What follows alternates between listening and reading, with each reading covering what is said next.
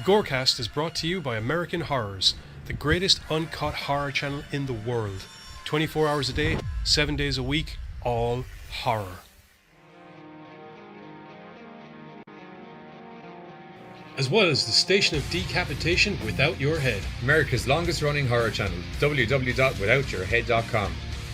The following program is rated TV MAL. It contains strong language and is intended only for mature audiences. Viewer discretion advised.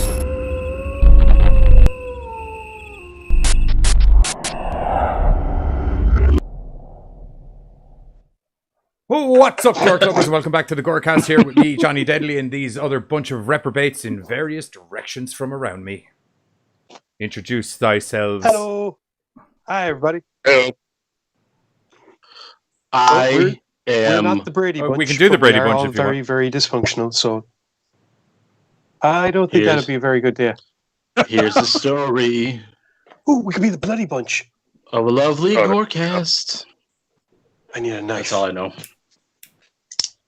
Evening, everybody watching us In the world. in the world. We have got a weird assortment of weirdness. Well, no, sorry. Well, Fantasy, sci-fi, and I'll put it to immortality you seem to be I'll put it to you that I'll the put it to you genre this way. for the night. When Highlander is the least weird one on the bunch, it says something. So, Why would Highlander because be weird? there's a lot of weird shit in Highlander, man. You got to take it into account. There's a lot of Christopher Perfectly Lambert normal. walking around in fucking a kilt, In a yeah, kilt. which is the least revealing of any of the characters we're going to see He tonight. was but I'll just giving let you me. know. He was giving me a lot of Mel Gibson Braveheart vibes. Yes, that's in because this movie. he was Scottish and he was wearing That's a kilt. because Yeah, Oh, yeah, so everybody's goddamn the same. racist. Pretty much. I'm sorry. This isn't the time for that. All lives matter. it's all fun and games until a bunch of Celts arrive on your doorstep and jackboot the crap out of you and stick a claymore up your arse. Ooh. Is that I'm going to Drew throw a question out McIntyre's because we foot? don't have any news bits tonight because I didn't get a chance to read anything that got sent in. So, how's everybody's week been going? You guys had a very good show Tuesday. Remind us. Well, thank you. Yeah, I dude. very much enjoyed it from Awesome. the producer chair. We did the remake versus original featuring the Amityville Amity. horror, Amityville. and that was a lot of fun. Yeah. Yeah, It's- that was interesting. What bits of that I could see was interesting. My tablet was being my tablet, and as always, was kind of fritzing in and out of existence. I heard you Was were it- in the audience because Carter made reference to you. I tried to be, but as I said, the tablet kind of fritz in and out of existence. I was like, fuck, son of a goddamn tablets, computers, However long we're there. calculators, heart monitors, pacemakers. Generally a good That amount was of never battery proven. powered and battery operated devices, and my cell phone reception are all burdened by Giz's electromagnetic fuck you field towards technology that he has. Now, is that just You if were- it's close parameter? I of have had him or perfect just in Wi-Fi general? reception, been downloading whatever assets I've needed for the show or whatever, and Giz walk in and just be like, oh, well, I can literally tell he pulled up outside the house. So you're telling me he's the Amityville horror house? Once you get close to it, I am No, telling you that once you get... I am telling you that you will all be grateful when Yes, Skynet send gets Giz in. loose. Like, this is an ongoing thing. Like, it's why I'm not worried. Of all the crazy shit that's going on right now, Skynet is literally the least of my problems. Just send Giz in for half an hour, you'll try and load Facebook up in it and kick Skynet out a fucking window. Either that, or it will have fried beyond all forms of existence.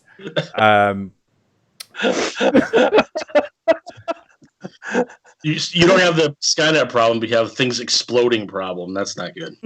Well, you see, I figure that the internet Sorry, is trying to like sorry.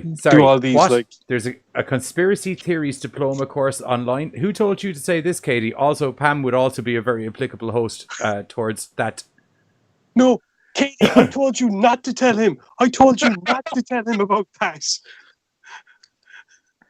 She told me all about my head is, oh dear God, she's going to get a I smell a trying to season. get a doctorate in conspiracy theories. I smell a season 2 of the GC I'll tell files you. coming Actually, up. I'll tell you a little secret in relation to the GC files, kind of, all of that kind of thing.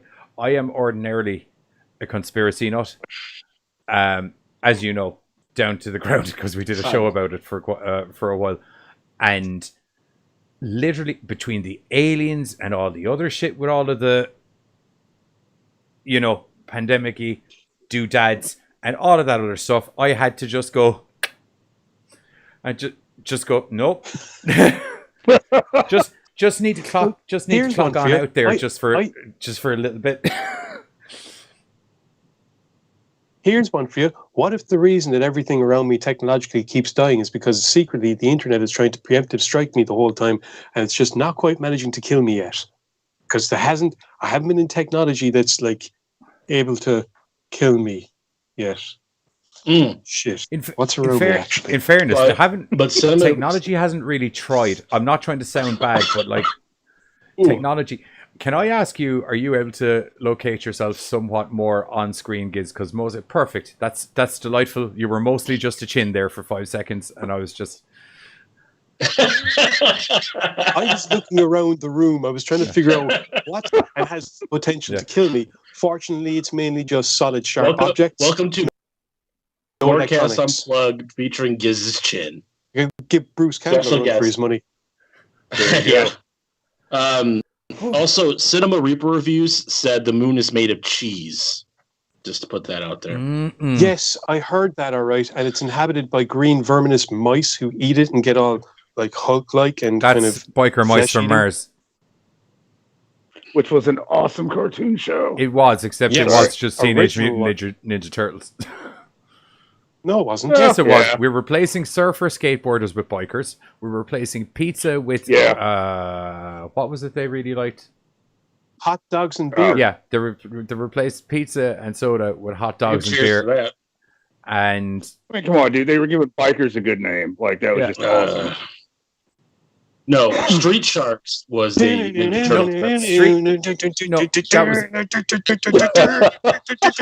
Turtles. Street Sharks was also there was a significant amount of teenage mutant ninja turtle clones back in the 80s and early 90s. Yeah, but they were all just like Thundercat clones anyway. Do you know what I miss? Yes, this is very true. They were just. Do you know what I miss? Bucky O'Hare. That was a fucking.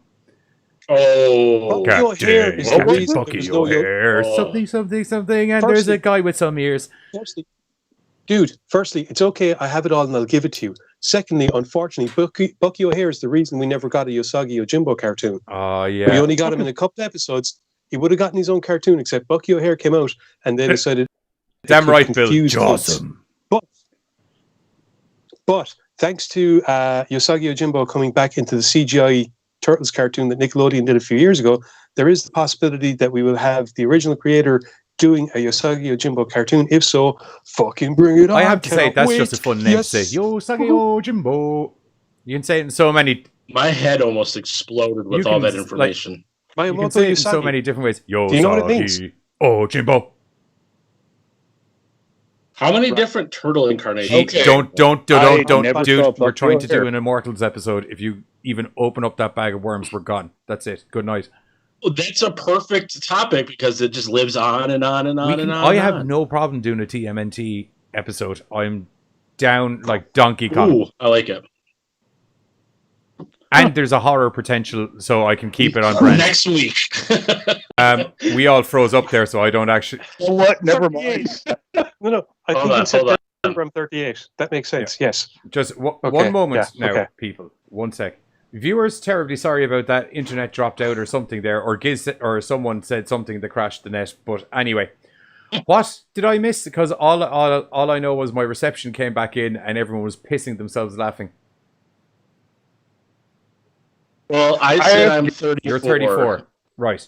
And how have you not seen Highlander until now?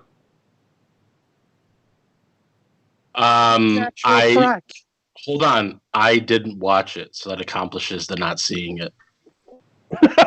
God damn, that's a pretty concise answer, actually. Well, that knit my entertaining. God's damned mother fracking Luddite worshipping heathen. That was not English. You see what you did, Buzz? You're after getting Giz possessed. God damn it. God damn Right. it. Dude, I am kind of surprised though. 'Cause I mean, like Highlander is one of those that it just. It had a TV series that was on everything. I And don't a know if I want to say cartoon. Piece of cinema. iconic. I mean, like it comes up in so Queen did often. the soundtrack. Like, how have you avoided this movie? Like, you know that song, that song is See, literally for Highlander. I didn't know it was for that movie. I know of Queen. I'm a big Queen fan, but I didn't realize it was for that movie They because did, I just they did the whole sound. I think did the whole Queen is gonna soundtrack. explode. Dude. Same with Flash. They did the whole soundtrack. Huh? It's a kind of Yeah. It's I basically know that now. Same with Watching Flash the movie, But you just said you didn't watch I it. wasn't alive when the fucking movie came out. Or if I was, I was like 2 or 3. Hold up. Hold up. Dum, Hold up. dum, Hold up. dum, Did dum, you watch dum. the film in order to? Did you watch the film for this show? Did you Yeah. watch the film? Yes. Then why Yes. did you say a second ago you hadn't? That's why I was going all apocalyptic. I thought you would still not No, bothered to watch it. I did watch it for the show. Right. For the I love- entire that was I the love the fact that episode. kids use the word apocalyptic. I went all apocalyptic. Maybe he just wanted to hear our description of the movie. He was just like, nah, you know what? I think the lads will give you a much better synopsis. Yeah. I'm not gonna bother. Of all the movies, I'm not gonna watch Highlander. I'm gonna watch the fucking stupid Zardoz and fucking Dude, Henry Rollins The biopic. thing or with the fuck that was. Zardoz is the thing. Oh my god, I cannot. It's not like any of the shit we The thing watched with Zardoz tonight, dude. is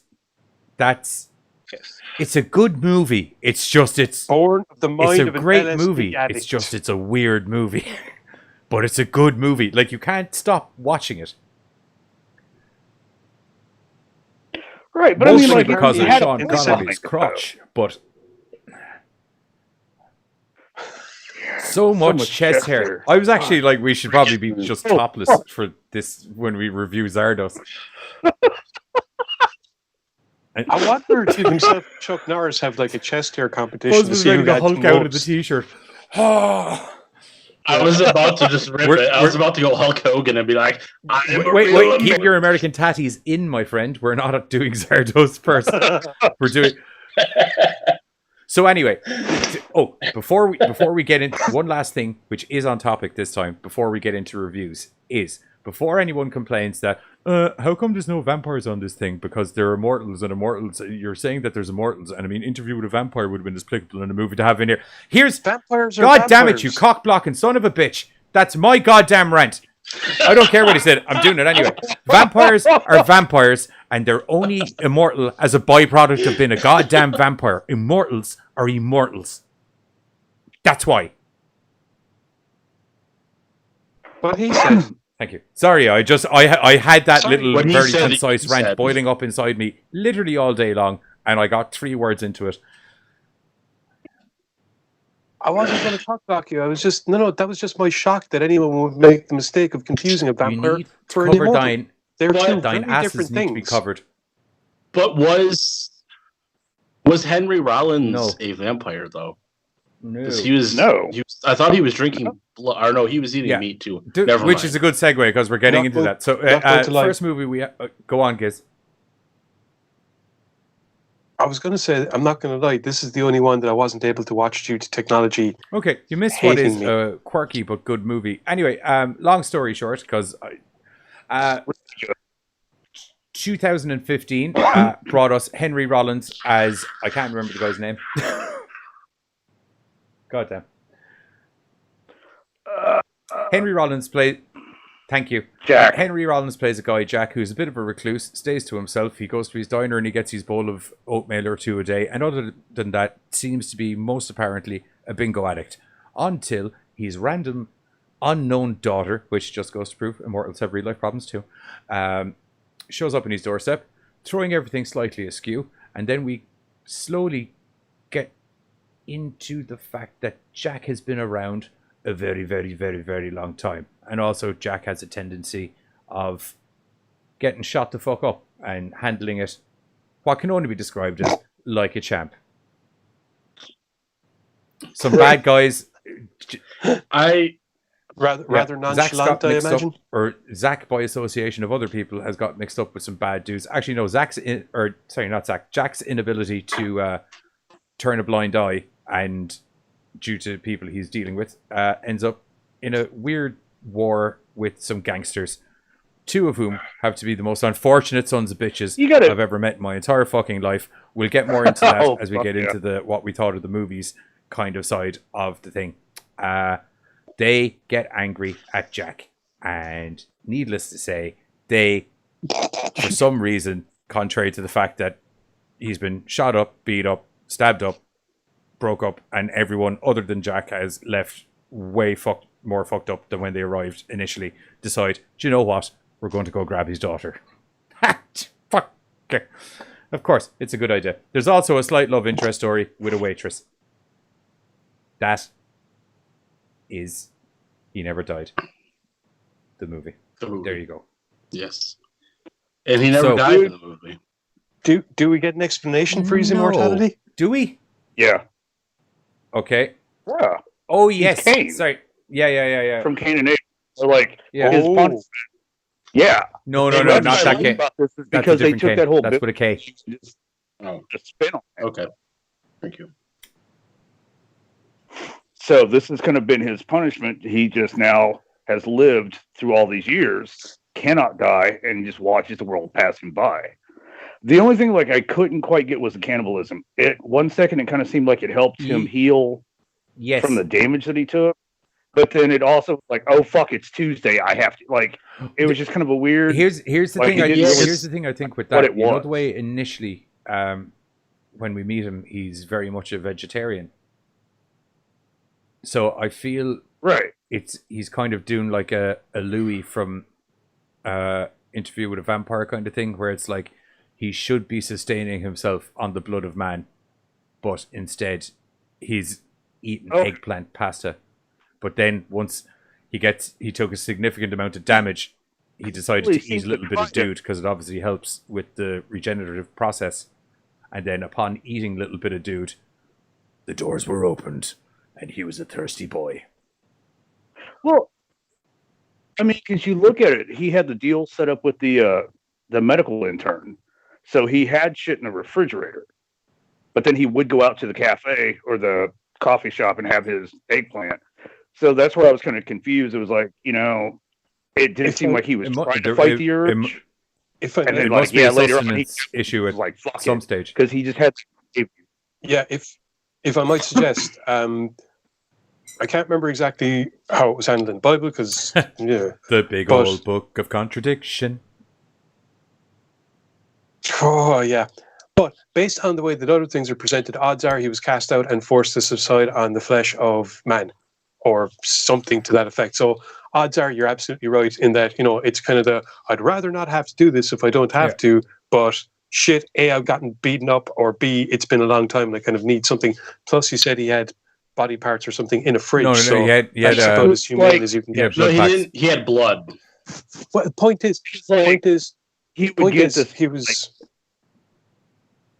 It was kind of like that whole zombie like urge. If he stood too close to the refrigerator, like he could smell it. He could it started to kind of overtake him, and so he would like delve into the blood packet, and then like later on when he up, it definitely seemed like it was more of a regenerative process. Yeah, because he seemed like he was acting like once he was, because he was always asking like, "What time is it? What time is it?" It's like he knew that he had to get his fix up pretty much. I think he's just very conscious of time because before he was also asking what time it was the whole time as well. So I'm not sure if that's a weird take of his, or is it like he needs to get stuff at a certain time? Maybe I'm not sure.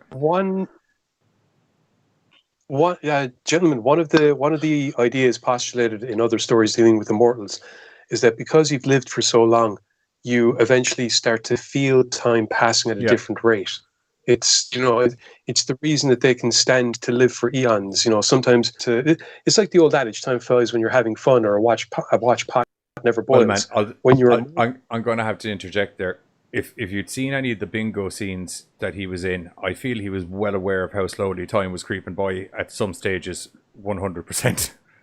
Right. He definitely It played does- himself some bingo. Oh, he loves him But some it bango. does- But Yes. it would explain why he often has to ask what time it is, because just not, aware of the fact that sometimes he loses track of time because he's been alive for You so know long. what? I'm not exactly But sure it also if that seemed fully. like it was part of his regimen. Yeah, although I won't lie to you, I'm not exactly sure if that fits in to this perfectly, but I do really like it as a theory.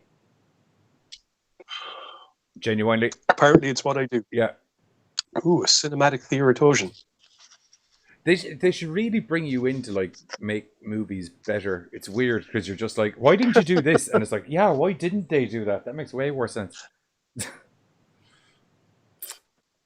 Story structure. You don't have any. And Smackdown can I say are- the villains in this SmackDown are looking for movie writers. perhaps SmackDown are looking for writers. Not Thank that, God, somebody needs yeah. to Well, your script's just going to get ripped up at lunchtime, and a whole new thing will happen. But it's nice to be involved. Yeah, SmackDown's really just looking for people for Vince to say you're fired every 6 months after going, I hate I have this. no reason to use this For catchphrase. But can I- weeks in advance. Can I say that this movie was filled with the absolute stupidest villains throughout any movie I've ever seen? They're just constantly like, we're going to keep shooting them. He doesn't feel pain, you motherfuckers. You literally shot him in the hand the first time. He might. You literally shot him in the hand the first time you met him, and he did not give a frack. You threw him off He the was- freaking cliff into it a was lake and like- drowned him. He's still alive. It was more like being pissed that fuck, I got to get a new shirt Yeah. again. I love that. I love that bit where he forgot just about that. one stab wound, and he puts on the new shirt, and you just see the blood leaking through, and he's like, "Oh, Yeah. damn it!" Some Well, of you think them he'd take the bitch. you think he'd I take mean, the like- Deadpool approach, which is like maybe start wearing red shirts. Red shirt. But He had like a little I don't know. bit of more of a personality because he really was kind of Dude, I really loved Okay, this his is- character in this. I thought he was great. He's just such a he's just such, which it lends to the fact that he's an immortal, because only being on the planet for thousands of years could let you be that much of a flagrant asshole. He just does not give a shit. Whatever you ask him the question for, you're getting the fucking bruntest answer that you can possibly get. Yeah, he was a dick to everybody pretty much. But It again, does though, come like with old after age. right? After this long, dude, like, well, fucking, I've literally seen damn near everything. Yeah. Been killed by everything. And probably Like has he was killed so everything. regimented, like, well, at least I get bingo Yeah. tomorrow night. I'll The just man- sleep till yeah, tomorrow The man night. just Like sleeps. that eats. was his fucking life. He was so bored. He It sleeps and wasn't eats. fun. He stares at this waitress. The waitress was a weird. It was like an extra bit of storyline that I get why she was in there, because it helped with the kind of father-daughter dynamic, because there was the little kind of I'm going to hook you up with the waitress kind of thing. It kind of Well, gives it him also- a bit of Yeah, character but- in a way. If not, he'd just be like. No, not She doing was very anything, much a pretty side character for the Right, but it brunt also of it. I found the kidnapping of the daughter. I was a little bit like, they really escalated that quickly. It's kind of like I can't get why. And that's the part I don't understand, because like, wouldn't the people be like, "Hey, we tried to kill this guy 18 like fucking times. Yeah. Like, don't kidnap his daughter." I don't know because if we you're can't aware. fucking I kill shot him." that guy in the fucking face, and he did not care. Exactly. You see that bullet like just Yeah, chilling in like his forehead? Zero That was F's for given. me. He did not He give a doesn't monkey's. fucking die. Upset was Well, he not? like, granted, they didn't really give like a timestamp for it, but it was that whole like, "Hey, you killed my dad, so I'm going to gank your daughter." How long did we sit on that? Which we don't find out till like the last like 10 or 15 minutes. That's what I was You going to know, say. so it was just I kind felt of like the thing daughter on angle that. was very, the kidnapping side of it anyway, was very shoehorned in. It was. But I didn't mind the waitress part, though, because she kind of helped fill in with backstory. When he sat down, he was able to give more backstory to him, and we finally realized like where he's come from. You think that like putting the daughter in it would give some kind of stakes, but he don't give a shit. He said it multiple times. Like, He's the one who fucking kicked her out of his fucking house. It's probably not his first daughter at all, in any way, shape, I got or the form. impression he doesn't do it. There wasn't any It more was to that really sentence, weird, by the like way. the He doesn't do it, relationship was where it was between. going. I forgot to put the bus route. He doesn't really have much of a relationship with the ex No, or the mother. Dude, if you Like, want a prime example of how many zero fucks that guy gives when when the mother rings about the daughter, he's like, "Why's that my fucking problem? She's your goddamn daughter." Well, I didn't even know she existed until a day ago. God damn it, I hate you, Karen. He's like, wait a second. Yeah, I hate you. Exactly. He's like, I hate you. Fuck like you, Jack. For a Fuck you too, second. Karen. Like, wait a second. But still fucked down it though. That was the funny part. For some reason, that phone call endeared me to him something awful. I was just like, you know what, man? At least you can either go full asshole or just be a pretend asshole. Like, God damn it, man, you ran with that fucking flag and wave it proudly. I hate you, Karen. Now, like, that flag in the ground. I hate you, Karen. I still hate you. I hate you. Like he said, I hate you. I don't even I get still to see, do. like he says it to her. Like it's not like a one-line thing. He says it repeatedly during like nearly ends every sentence with I still hate you. Yeah. just to make sure we don't know. He hates her. Okay, came out with a sequel in 2019 called She Never Died. It did not have the same impact as the first one. We could do it in a weird. We should do a weird sequels episode sometime. Do not do the sequel to Highlander. Is there a sequel to Zardoz? God, no. We could just find another movie that fits. How can there be? Yeah, they kind of tied it all up in a nice little bow at the end. Movies don't do that anymore. Like for as out there as a movie as it was like it had a start, it did have a middle, and it very much had an end. Do you know what I mean? and an abrupt end, like we were done. Anyway, final thoughts. Anyone on He Never Died? Fucking awesome. I enjoyed this. I really liked this. I wouldn't have minded seeing a sequel with him. The series. Right. The villains were stupid. They were supposed to be stupid, though. Okay. Well, then they played it out very well. They were never portrayed as intelligent. The mother of the child was obviously stupid because he hates her. Yeah, we got that. The child really didn't do a whole lot. She got her ass kicked towards the end, but we see the aftermath. I really did feel that the kid angle was kind of put in there. I get like how it kind of humanized him and stuff as well, but I really felt like it was just put in there so he had an excuse to go up against these drug dealers. Yeah. Which I kind of think, like, had they just gone after him and like they could have pushed him to come after them the same without the daughter angle. So for that matter, they kidnap the waitress or something. Yeah, like the newbies review put in the chat Zardoz 2, The Wrath of Arthur. That would be awesome. Oh, I'd be okay with that. And he was. I'd be okay with that. I don't remember his character's name, but Henry Rollins was just so willing to just throw money at the waitress chick. Like, I'll give you $1 million. Take $1 million. I don't need it. Yeah, he was willing to throw money at everything. Like the guy can just, whenever he's broke, can just walk in and raid a fucking bank and then just wander off. That was probably my favorite scene, where he just went on for almost 5 minutes, I think, and told her every single job that he held in his whole entire life. Yeah. He's like, I was this, I was that, and this and that, and then she's like, "Wow, that's a lot of jobs." Would you not find something odd there? I'm 37, we'll say. I'm more 37 than I'm 36 at this stage. So, I've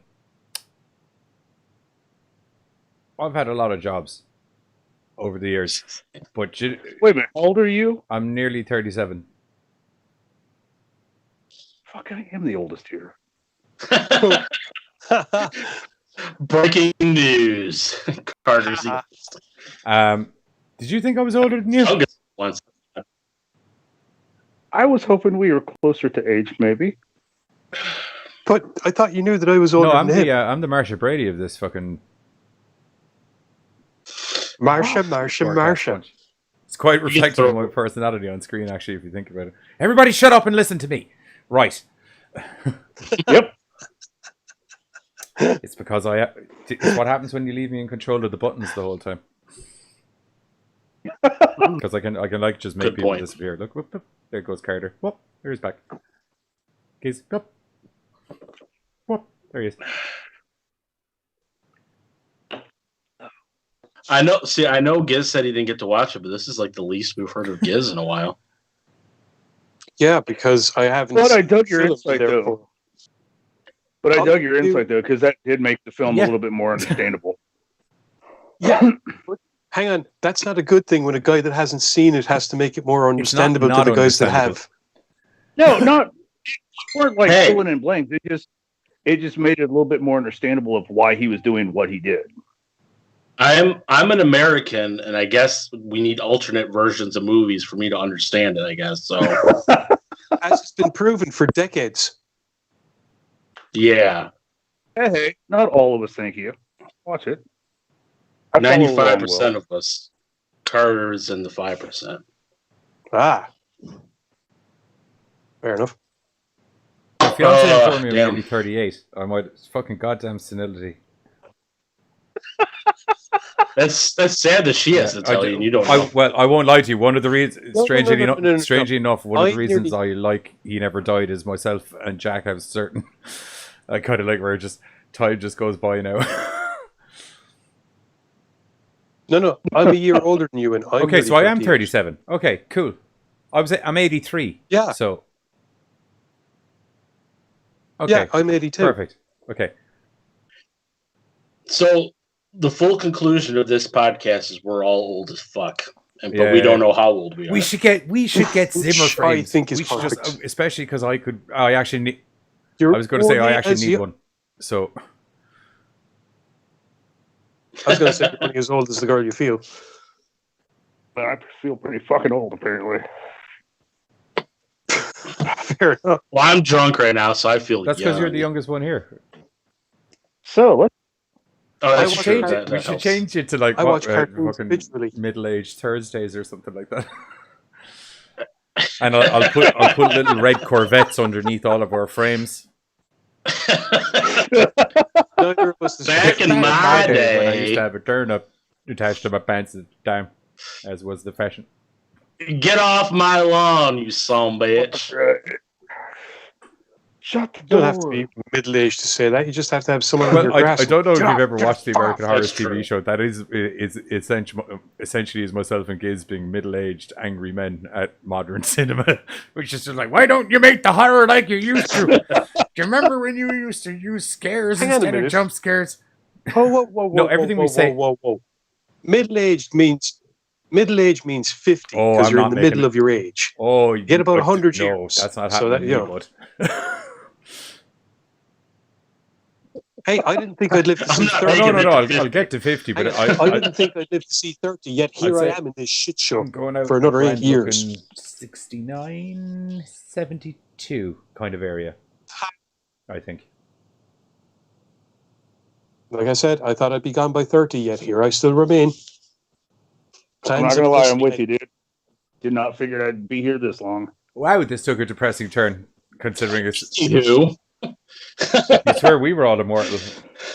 Considering we're talking about immortality, and now we're discussing our own very much mortality, and the fact that it doesn't fucking end. Dokey, right? I'll tell you what we're going to. I'll tell you what we're going to do. Jesus Christ, that got dark, hella quick. We're going to cut to the trailer for He Never Died, and I'm going to have a quick pet talk with the lads and try and get the old spirits up, and we'll be back where we're going to be talking about Sean Connery in a nappy, and of course the.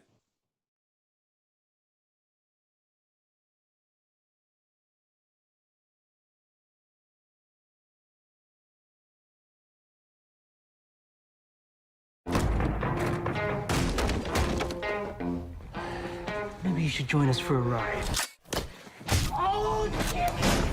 Get out of my house. How are you doing today, Jack? We need to talk. Do you have anything aside from being ambiguous and hostile? Hi. Hello? Who's Andrea? You never mentioned a daughter. We just met a few hours ago. So what do you want to do today? Bingo. I-20. You're kind of out there, aren't you? Get out!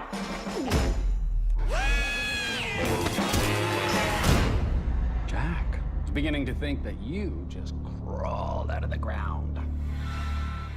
I was shocked to find out you had a kid.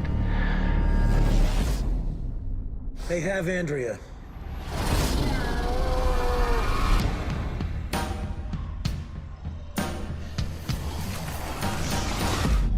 This could be bad. What are you doing? Have you seen a young lady with a lip ring in here today? What she look like? A young lady with a lip ring. Hey!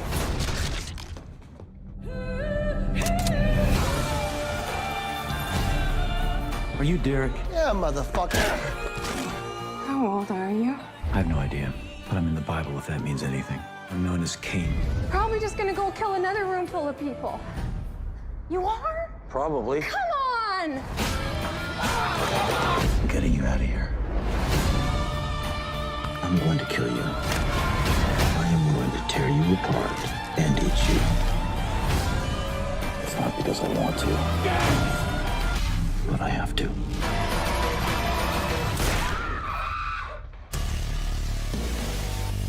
What did he tell you? Let me die!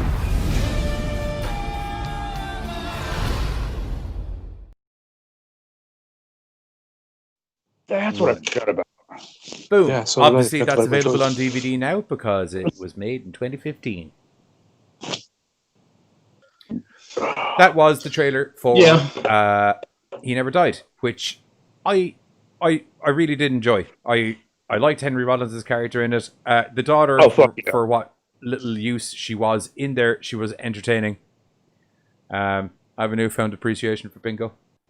You know, it's all good. And I generally like Henry Rollins in a lot of things. He's quite good. And I-20. Anyway, next up, ladies and gentlemen, out of all of the movies here tonight, there's only one movie that you need to strap the fuck in for, and that is... Hold on to your brains, because we are fucking That is 19... one moment now. I'm just going to wait for Sean Connery's crotch to load up here really quickly. If ever there was a movie that was fueled by the holdover from LSD and the fucking Summer of Love or the Age of Love or whatever you want to call it. That's way too big. Whew. Shit, I thought we were doing Highlander next. My bad. No. Highlander's the last one because that's the one that made the episode happen. Just make sure I had the right page pulled up. Yeah. Zardoz from 19... God damn, it's just all clouds and no Connery crotch. That's probably a good thing. No. Oops. That moved the sign there. Whoopsie doodles. Giz, do you know that conversation we had during the trailer? Can you briefly start Zardoz off there for me while I resize what evidently is a fucking huge image? Okay, ladies and gentlemen, the film Zardoz, quite simply, is one of the most interesting brain dumped into a vat of LSD sequences that you will ever encounter. While also managing to be quite deep, but there's a lot to read into. I was going to say, dude, it was pointy. Yeah. Bear with me. Set in a far-flung future, humanity has, to a degree, de-evolved and at the same time evolved into two separate races, the Brutals and the Eternals. The Eternals managed the Brutals in the outlying regions by having their own executioners hunt down and kill the breeders so that things can remain more manageable. Sean Connery, as Z, is one of these executioners. He's God's unknown reason, the head executioner and the only one allowed to breed with anybody. Well, he's not the only one. There's others like him. I think he's the only one allowed breed, same as his father. No, there was a few of them. Do you remember there was a discussion about how there was a few and they were all like him? Because they picked like the top best controllable. They wanted like best the best to they're all more hunters. Yeah, there was a bunch, but he was the best. He decides that he has a bit of an issue with the giant floating stone head, which gives them lots and lots of guns, proclaims how the guns are good and the penis is bad, and you shouldn't be breeding without them telling you, and decides, you know what, I'm gonna just sneak aboard this. At which point he runs into the man behind the curtain, so to speak, who was introduced to us at the start of the film, and even says himself that he is the man behind the curtain, manipulating several people in situations to, his own benefit. Unfortunately, things don't go quite right, or quite to plan, and Arthur accidentally ends up getting shot by Z, falling straight out of a stone head, which crash lands in the middle of one of the perfectly normal sentence right there. Leading Z. Right. Falls clean out of a stone head.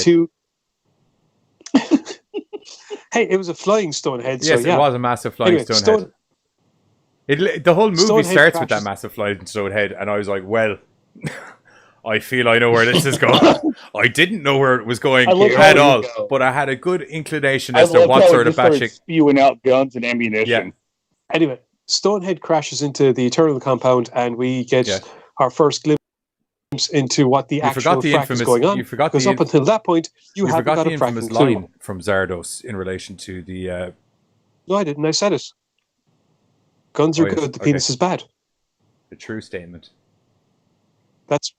That's why the executioners were shooting all the rest of the brutals, because they were trying to enforce selective breeding, as it turns out. But yeah, overall, Zardoz is an interesting hippie/drug-fueled microcosmic look at society, whereby humanity's values are questioned in regards elitism and the idea that what makes people better than those below them. Is it simply education? Is it selective breeding?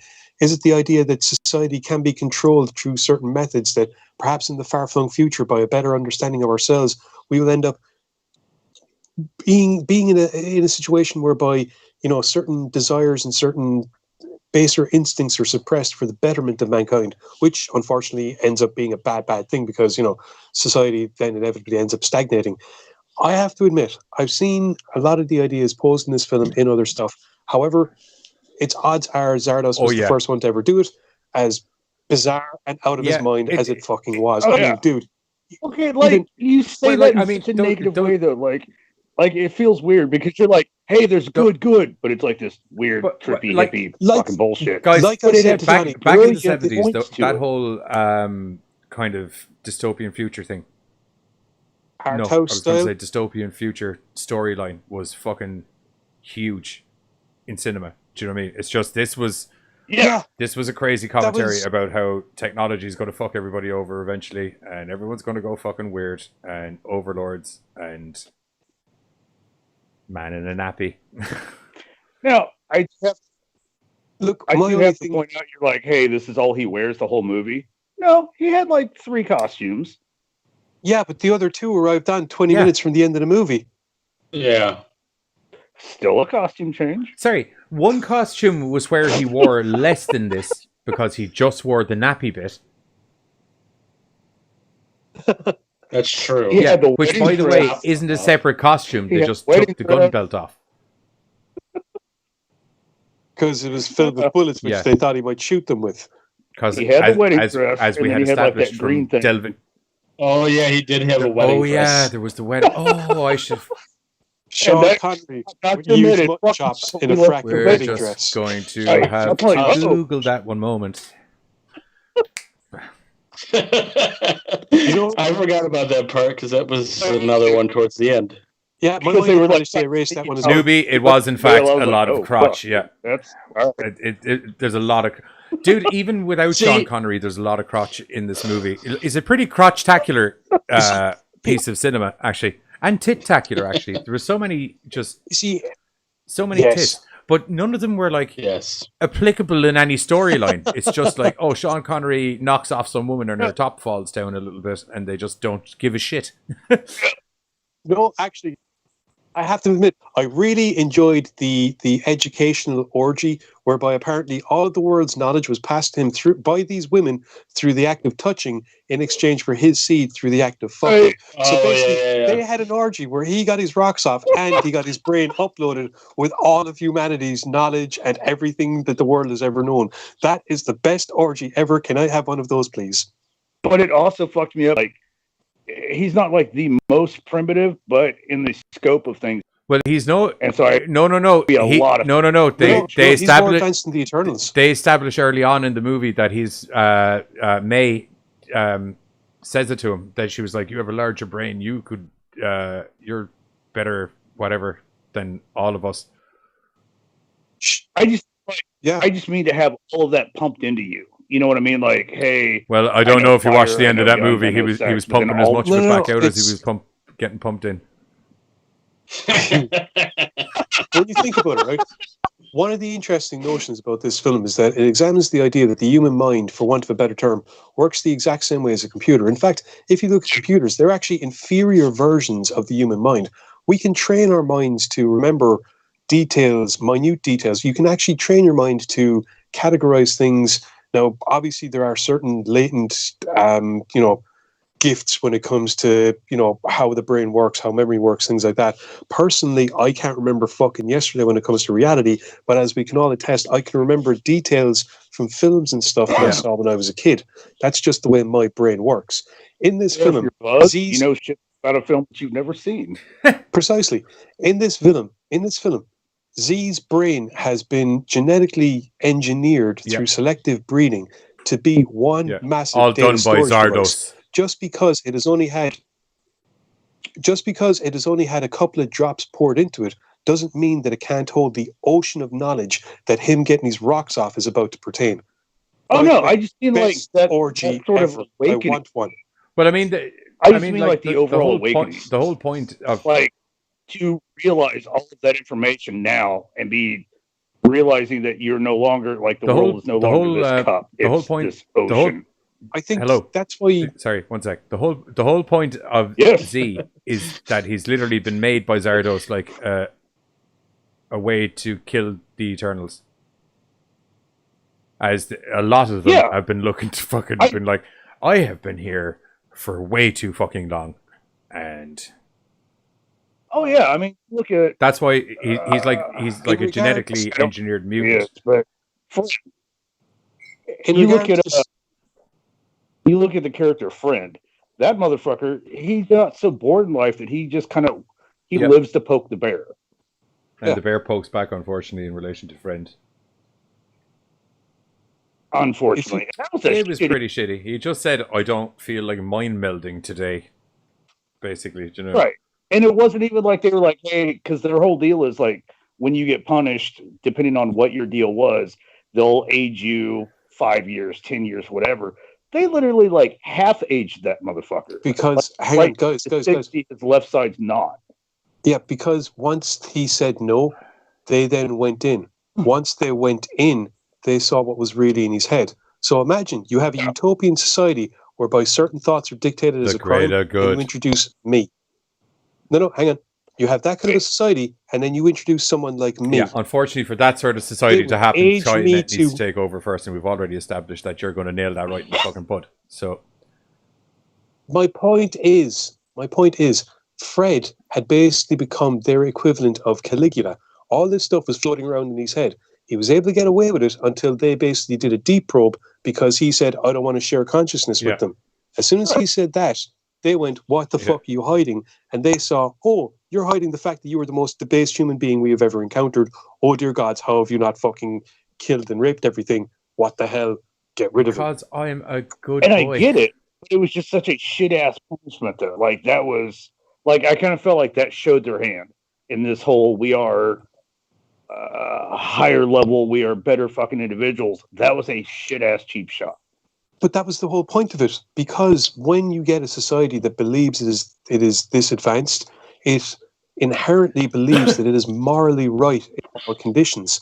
And as a result, one of the reasons that Rome fell is because it believed it was morally right at all times. Yet you had the barbaric tribes like us Celts pointing out the fact that, hey, you're a bunch of slave-dealing fucks. You are burning, raping, and pillaging your way in the name of your civilization, and the only thing you've advanced is your own greed. By the way, And that's what I loved about this hippy dippy. Right, but that's what I loved about this hippy dippy movie was just that the concept. What the fuck are you doing, Buzz? There's a cat behind you. Same with pussy. Yes, there is. All right. God damn it, Giz. Stop Although we fingering just my went cat, up a dude. viewer when you said that. More of that, Giz. Nothing. Ignore that previous. But that's what I love, dude. Like nothing. More whole hippy dippy bullshit. Like it was a brilliant writing. Like I was trying to say a while ago, right? I actually do think that this film is one that if I saw it a few more times, I'd probably get into it a little bit more. It was just for that first time sitting and watching, I was like, what in the name and honor of sanity am I putting my brain through this time? Oh my God. You know what? What's with Sean Connery and Nappy the whole time? I will give you that because this is like the fourth or fifth time I've seen it. I love this fucking movie. This was the first time I'd seen it, and I was kind of half asleep as I was going in watching it, and I did watch all of it, but I feel being half asleep really opened up my fucking brain to a lot of the stuff that was going on in the movie, where ordinarily I would have been like, like the underlying message was very much received very quickly in the movie. I was like, okay, technology's wanking everybody over. Everyone's managed to live forever and they're going fucking crazy. And this guy's been made to fucking fuck everyone over so they can finally die in advanced evolution. Got it, cool. Pretty much, right. Like, we all... Don't ask me why, but like half an hour into the movie, I was like, oh, okay. No idea why. But I was still like, this is batshit crazy. I think we all were at that stage because, I think about a half an hour into the movie, everything actually falls into place. Like, and about an hour into the movie, I was like, Sean Connery is literally never going to put clothes on in this fucking thing, is he? And I thought I have to say the knee high. It's not so much the nappy gun belt thing I have a problem with. It's the knee high leather boots. Knee high boots is where I was like, that's okay. He put a wedding dress on. Yeah, but it's kind of like lean one way or the other, bro. Do you know what I mean? Okay, but did you notice, like, after the whole orgy knowledge transfer, all the women left in, like, knee highs? It just got, like, really weird, dude. That's because ZB pimping. That's why. I'm just trying to imagine... Chicks. I'm just trying to imagine when the creator of this film tried to bring this up to, the, like, movie studio. Like, this is the grand idea I have for this movie. They're like, how much? We got Joe Daly in the chat as well. What's up?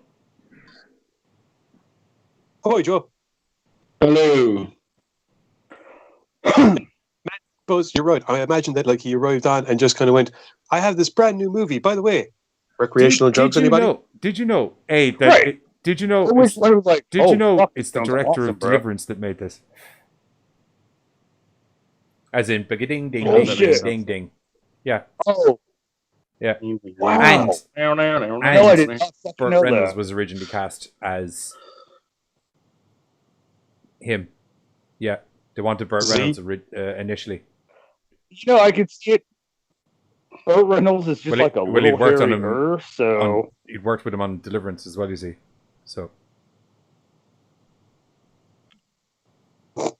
I don't know, though. I think Sean Connery killed it. Oh, I know. I really... I enjoyed how he's a barbarian, but he's got a fantastic... He's the only man with a Scottish accent there, and I enjoy how... This is how barbarians talk.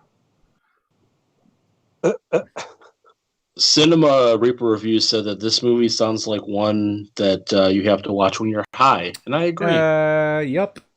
You don't have to watch it when you're high, but I'm sure it'll help. It very much helps. I can tell you that right now. And if you've had very little sleep as well, I find stay awake for a day, grab a nice 4 hours is what I did. High as giraffe balls. Watch that movie. Everything just makes sense.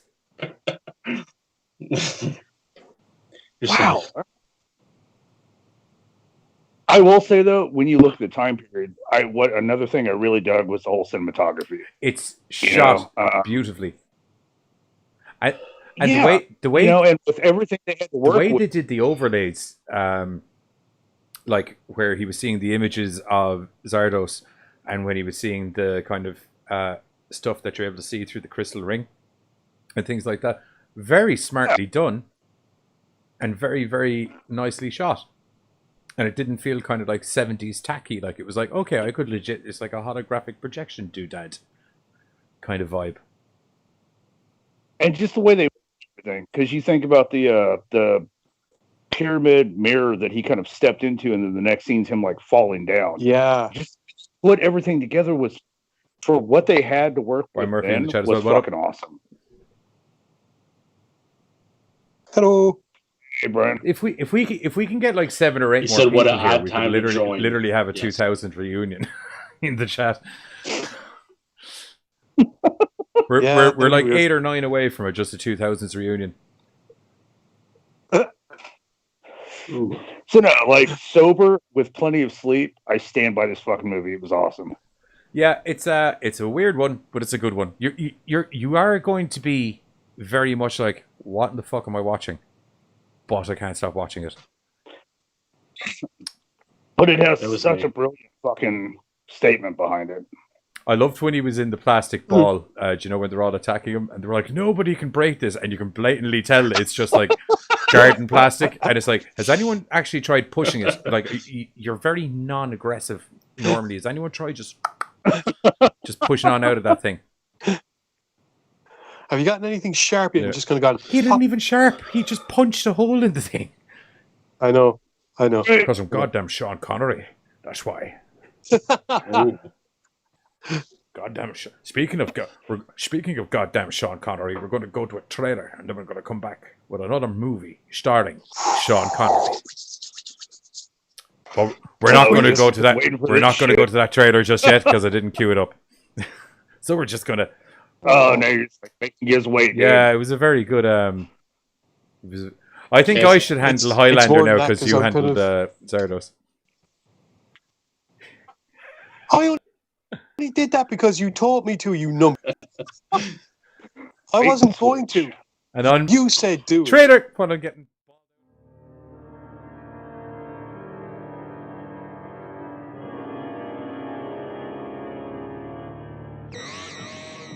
Zardoz speaks to you, his chosen ones. The gun is good.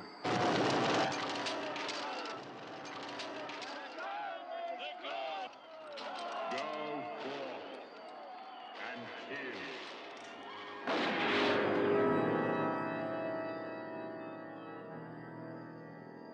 Who came here in the stone head? I don't know. It is the only path and passage into the vortex. You will show me how you come to be here.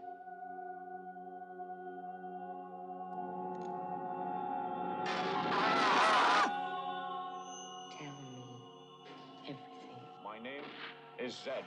For Zardoz, I am an exterminator.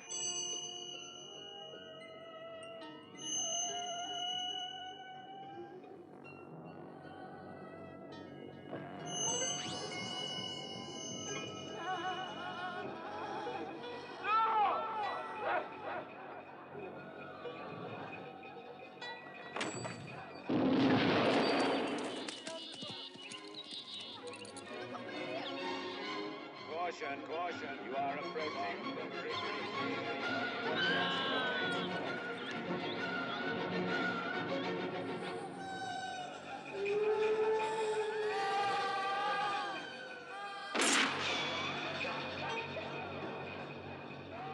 Look into the ring. Took a woman in his name. Zardoz.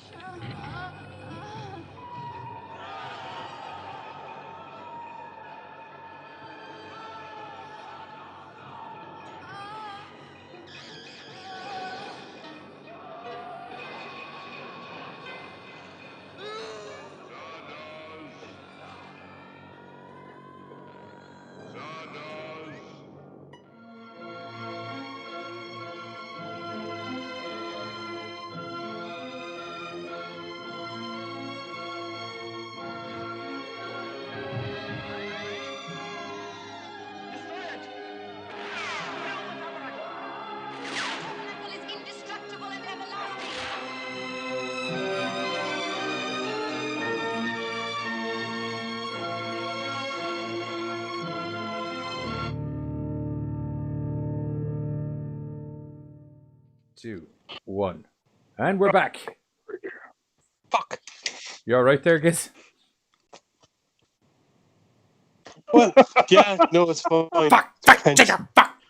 The things that you guys don't, the things you don't hear when we're talking while the trailer's playing is almost just as entertaining as the episode itself. I won't lie to you. I was think he was watching still the stuck trailer on for that. Zardoz because I was like, I should have watched the trailer before I watched the movie because it really explains the whole movie quite well. Also, Oh, I didn't have a clue what Zardoz was. Also- I just put it also, on hold. So I was like, what? I forgot. In the name and honor of the gods. I forgot have why they we sent were me this to... talking about the movie because I saw it in the trailer. The bit where Sean Connery's character goes flying down that hill in his nappy. whoever that poor stuntman was, because I'm assuming it wasn't Connery that did it, but goddamn, whoever that man was, you're a champion. Because I'd imagine your leg and ass was ripped to shit. Because I was like, oh, the hill burned. I bet he wishes he was wearing pants. There was chunks of turf getting dug up with his arse. I bet he wishes he was wearing pants because a nappy like that has a lot of wedgie potential. I got to point out. Do you know what I mean? I got to point out that Newbie Review said, "Dude, I'm freaking stoned just watching that trailer." And Katie said, "This definitely might be the weirdest trailer." That is definitely not the weirdest trailer you've seen on the show. 100%. I can See, tell you that for that's what I was thinking. Right. Definitely not. Do you ever remember the episode we did with Killer Sushi? That's a pretty wacky fucking trailer. Man, I still have that film. Yeah, I actually, do you know, I kind of secretly love that movie. Hey, Buzz, have you seen Killer Sushi? Yes. Really? How the fuck am I the one guy out there? No, fuck that, dude. He's Somebody lying. send me that shit. I knew it. I knew he was lying his ass off. Yeah. I'm full of poo. It's been cool. I still get a chance. Somebody send me that movie. It's like a I will samurai not be like style the one of two not seen it. Japanese action horror movie with Killer Sushi. Carter won't be the Buzz of the group. No. Yeah. No, I really don't think Zardoz is the weirdest trailer. You and I have had some pretty fucking weird trailers, man. We've had some pretty weird fucking remember that films. one, Dolly Dearest? No. That didn't... No, that's the 80s slasher. Yeah. There was something like Dolly Dearest. I can't remember the name of it. That was fucking weird. He was a serial killer who dressed up like a doll.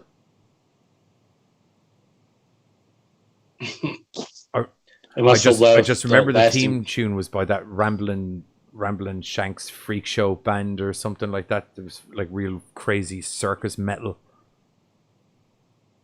Katie says that Killer Donuts was also mad.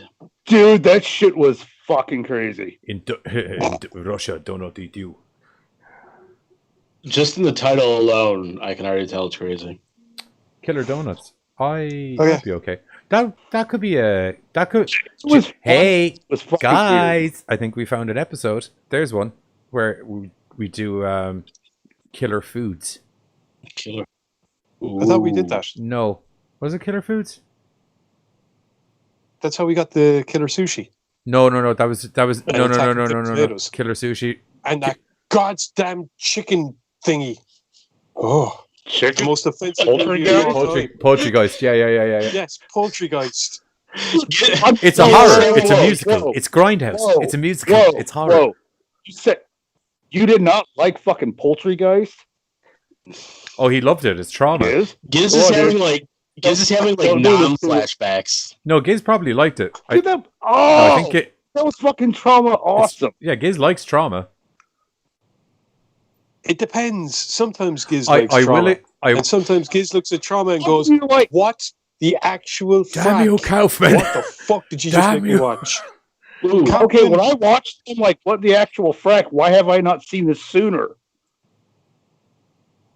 Oh. The newbie reviews does Ginger Dead Man. Night of the Chicken Dead.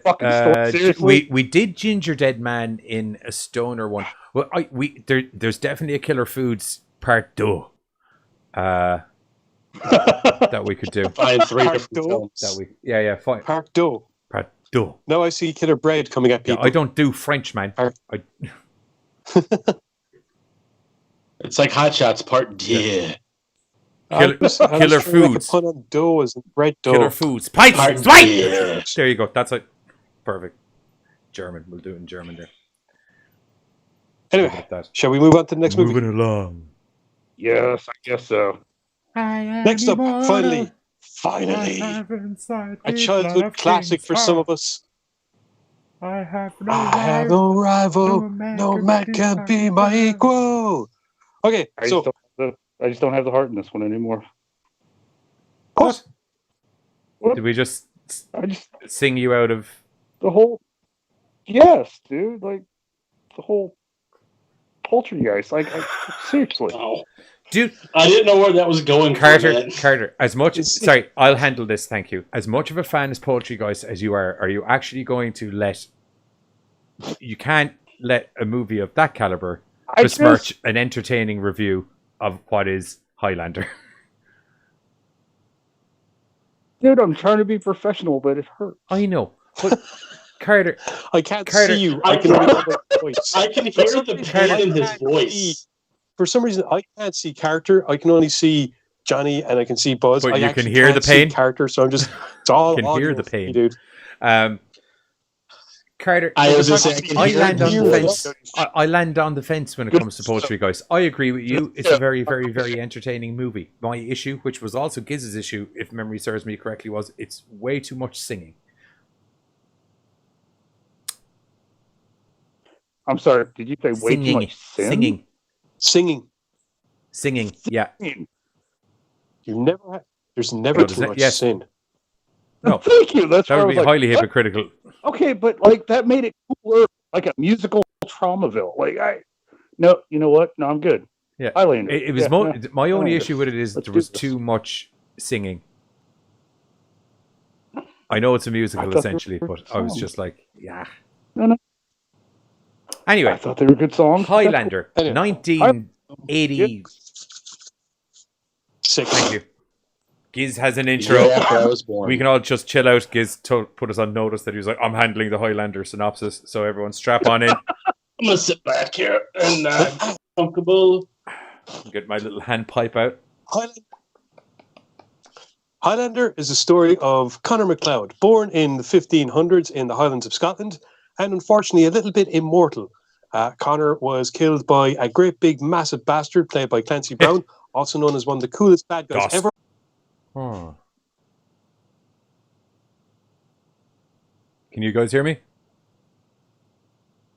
Okay. Yeah.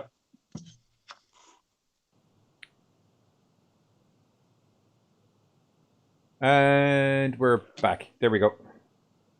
Sorry about those connection issues there, folks. Told you. Yeah, Giz is affecting me from preemptive strike by the internet. Yeah.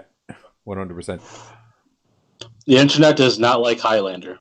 No, the internet is like, oh, Giz is getting ready to do his piece. Fuck you, boys, fuck you. Would have done it to you during Zardoz Sorry. if we'd known, but you caught us off guard. We weren't ready for that one. Tactical advantage thanks to Johnny there. So shall I start again? See. Okay. 1986 saw us get one of the greatest, I suppose, contemporary fantasy movies of all time in the form of Highlander. The story of one Conor MacLeod of the Clan MacLeod, born in the Highlands of Scotland in the 1500s. With a French accent. Killed about 20 odd. What? Oh, yeah. Killed about 20 odd years later by the Kurgan, one of the greatest bad guys of all time, as played by Clancy Brown, and soon ostracized and quite literally kicked out of his own clan for being the devil. Because apparently, they're all mad Christian bastards, despite the fact that their priest is happily slaughtering the Fitzgeralds when they had the come back from opportunity. the dead, though, which was where the major. I was going to say, in defense, like, he had a mortal wound. Like, they were not expecting him just to kind of jump back to the front line. Yeah, all right, fine, fair enough. Not long after this, Connor runs into Juan Vuelalopo Ramirez. Played by a Scottish guy. I think I got his name. Yes. I always love that in this movie. It's a Scottish dude played by a guy with a French accent trying to do a Scottish accent, and it's a Spanish dude played by a Scottish guy who didn't even attempt the Spanish accent. No. It is an Egyptian guy, 2,000-year-old Egyptian guy who was hanging out in the court of Spain, being played by a Scottish guy who, to be fair, apparently attempted to do a Spanish accent, which is why we had the awesome intro. Interesting fact, the film opens with Sean Connery giving us a monologue explaining that immortals have always existed, moving down through time without most people knowing about them until now. This intro has this fantastic echoey effect, which was a complete 100% fucking accident. The entire thing was recorded by Connery in the bathroom of his Spanish villa while he was trying to perfect his accent, and apparently got approved by the producers because it was played to them over the phone and they couldn't hear the fucking quality it's properly. great being an actor sometimes, isn't it? Just been like, where are you going? I have to go to Spain so I can work on my Spanish accent. I'll talk to you in 3 months. It's okay. Yes. It's okay. I'll phone you in the intro. It sounds shite, but we'll use it. That was like, I mean, you get this great echoey effect completely by goddamn fluke. It's brilliant. What has great acoustics? The bathroom. Actually, customarily, exactly. bathroom does have great acoustics. More specifically, the shower. Little known fact. Anyway, in this intro, we were also told that the Immortals are waiting for a time of the gathering when all the Immortals will basically compete for the prize when only one Immortal will remain. Compete we're means not exactly sure. cut off heads, and only one shall remain. Yeah. Is self-explanatory. Yeah, because they're immortal unless, they get the head chopped off. Because as Buffy happens, once the power of the testified, and she's true, 90% of the time, cutting the head off will do the job. Yeah, cut the head off, and if it still lives, set its ass on fire. Anyway, once the head is chopped off, all the energy of the defeated warrior flows into the victor until basically one remains at the end with all the knowledge and power accumulated over time by all these immortals. This is properly explained in the movie, but if you watch the TV series where it's Duncan MacLeod, cousin of Connor, who's a great chap, by the way, just to let you know. Awesome. Yes. 4 awesome seasons and 1 shitty season because they told him he was done, and they called him back in, and it was so half-hearted they didn't give a fuck. Movies. Most of those were shite, except for the animated movie Search for Vengeance, which is set in the far-flung future. There was also a cartoon series which was done by There was also a cartoon series which revolved around Quentin MacLeod, once again set in a dystopian future where kind of a different version of the Kurgan exists, and instead the Immortals, they don't fight. They have vowed to give their knowledge to Quentin so that he can then give it back to the humans that have been basically subjugated by the Kurgan. Now, see, I didn't realize there was a series. I just saw the animated movie. There was a cartoon series and there was a live-action movie, or live-action series. The pilot episode actually had Christopher Lambert as Connor MacLeod in it, and they did work in bits whereby Connor and Duncan existed at the same time, including, I think, both of them being in the film Endgame, which had Edge in it. Which I thought was cool. I thought it was really cool that they brought him in for that. Most of the movies, unfortunately, were just absolute It was an diabolics attempt after to the first put one. Duncan MacLeod in the Connor MacLeod role and continue on the franchise from there. Kind of, yeah. Like I said, the TV series was really good for 4 seasons, and then they did an ending. Dope for 4 seasons. It was brilliant. Oh, they did an ending, and then they did an ending, and then they turned around after your man had made other arrangements and taken other job offers, and went, actually, you have to stick around and do another season. It's like, what the fuck, lads? But anyway, getting back to the original movie, most of it takes place in 1985 New York. Ryan Murphy Connor said, is still knocking around the time of the gathering. Did the Highlander from Sweet, the movie thank you. come into the series and they both had the same one-of-a-kind sword? It was in the pilot episode, and they didn't have the same sword, but they had similar ones. Duncan's sword is the origin of Duncan's sword is explained later on, although it is very similar to the origin that Ramirez gives He met for a how lovely he lady acquired while he his was sword, living in which feudal then gets passed on Japan. to Connor. The lady's father was a amazing sword maker. He made him a blade. Which I appreciate, because when he said that, I was like, no, that really was the same sword, wasn't it? So in the case of Duncan, he actually, something happened with the father, and Duncan actually acted as the executioner. Executioner is the wrong term. The father committed seppuku, and Duncan acted as the beheader at the end, the coup de grace. So all perfectly honourable and all above board, and that's how Duncan ended up having his katana. And when the two lads are actually in that pilot episode, they're actually sparring katana versus katana, and it's Connor with the same sword. So it is the same, but like say one mouth is closed, one mouth is open on the handle. There is some distinction. There are two katanas, but they were made at very different times by very different people. But for the sake of continuity and for the sake of, I suppose, getting people into the series, they probably deliberately had the weapons being similar in look. Because, I mean, I'm not going to lie. It's been a long time. I watched it when it was on. I can't say I've gone back anytime recently to rewatch it. So I'm having to go off of memory, and I'm like, do that look like the same fucking sword?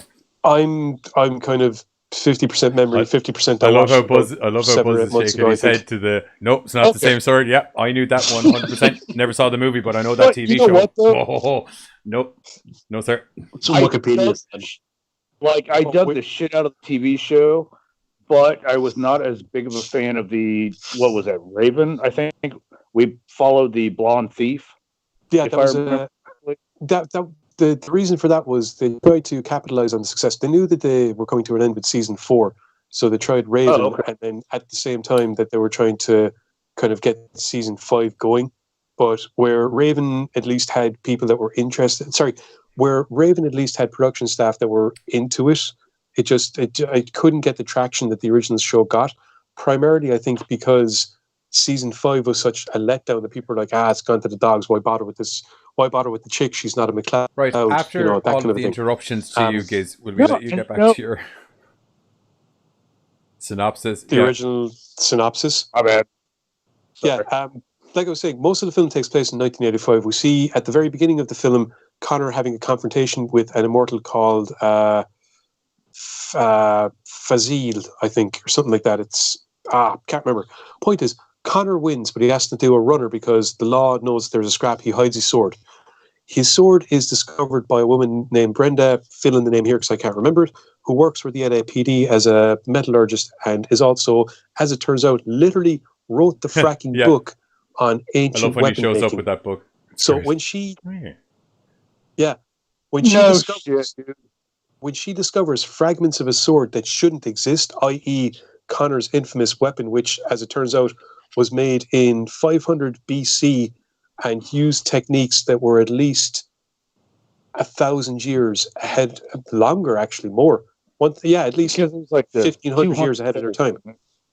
Yeah, it was folded 200 times, which apparently wasn't done until the 15th century. So basically, Ramirez got his sword made by the Japanese weapon-making equivalent of fucking Leonardo da Vinci or fucking Einstein. Or on a historical level, it would actually change history because it would dictate a different person that came up with that technique to the one who's more commonly known, as it was 1,500 years ahead of its time. Precisely. Exactly. Now, this sets Brenda off to try and track down Russell Nash, who was grabbed very roughly by the law as he was exiting very quickly from the scene of a recent decapitation. That's because Russell Nash is actually, the latest incarnation of McLeod. I just kind of feel like it was an unlawful grab. Guy's trying to leave a fucking I think it was mostly the haste and the very dodgy length of his trench coat is what led them to. I feel like had he not punched the cop, Plus, New York in the 80s, if there's one thing 80s movies have taught me, it's that you don't want to fucking go up against cops in New York in the 80s because they're bastards. Oh, wait, hang on a second. Moving on. None of that. Anyway, can't do that on here. We'll get shut down. Moving on. Sorry, YouTube guidelines and things like that. Moving on. None of that. Nothing to see here. Thank you. Moving on. As I mentioned, time of the gathering is at hand. And unfortunately for Connor, one of the last remaining bastards on the face of the planet happens to be Clancy fucking Brown, the goddamn motherfucker. 7-foot sword-swinging maniac. He is a bad motherfucker. So he's fucking awesome. He has his own theme song and everything. Give me the prize. It's fucking brilliant. Oh, that sets the scene for what is one of the best contemporary fantasy movies you're ever going to see. And I say contemporary because, like I said, it's set in 1985. Well, it is very much a fantasy movie. We're like mature content anyway, but it's just I have a tendency of shutting our shit down for literally saying anything. We said a word on a wall that I won't mention because it got us shut down before. But I think you were in that stream, Cinema Reaper. Word on a wall. That's all I'll say. It was Anyway, like I was saying, a contemporary fantasy movie, which unfortunately was ridiculously marred by its sequels that tried to turn it into a sci-fi premise, and then a third film which did return to the fantasy notion, and then all the other films, to be fair, did keep on. They never explained the TV series did a much better job of trying to explain the mythology and the backstory to where they came from and the reason for lovely them. kind of Duncan would run into someone who was from some timeline part of history and insert some flashbacks back to Duncan's time back then, and you got a real. Well, most of it was in the same. So this franchise was so hard to follow because of that. No, it was so easy to follow. I beg to differ, dude, because I mean, like, I feel like Highlander as a standalone was okay. But once, like you said, you start getting into the sequels, and it's like, it was weird. No. But thanks to the TV show, it showed that we were still getting Immortals through time, if that makes sense. Here's the thing. The film, unfortunately, kind of shoots itself in the foot, and it always did, because it's supposed to be just one guy at the end. They attempted to address this in the sequel by having this contrived sci-fi space alien bollocksology, whereas in the third movie they got around it. In the third movie, they got around it by simply saying, "Well, actually, as it turns out, Connor was just the last immortal walking the face of the earth because there was a bunch of lads actually trapped in this cave in Mongolia." Which that in itself was still kind of weird, though. Like, I'm the last, even though I've got kids locked in a fucking bank vault somewhere. Now, here's the thing. The reason that all of these things don't match up is because of how this story was originally conceived. And it was conceived by simply finding a suit of armor while the writer of the original story was in Scotland, and him thinking, Jesus, imagine what would happen if this guy was alive now. The original draft of the script was very different. Connor had kids and stuff, whereas they changed it and altered a lot of things, including bringing in the notion of the quickening. So as a result, you didn't get a lot of the rules expanded on until people thought about it when it came time to do the TV show, where they would have had to expand on things. You have a TV show. Like I said, that fucking show. Yeah, and like, okay. Like, I feel like you have to kind of have that same loose enjoyment with Highlander that you do with, say, Fast and Furious. Because they built a film. No, hear me out. They built. Buzz is just agreeing with whatever Giz says. Whatever Giz's head is doing, Buzz is just like, yep. They built the first film not necessarily expecting a sequel, and I feel like we kind of solidified shit that happened, and then all of a sudden it was like, holy fuck, people like this, we can make money. Sequel.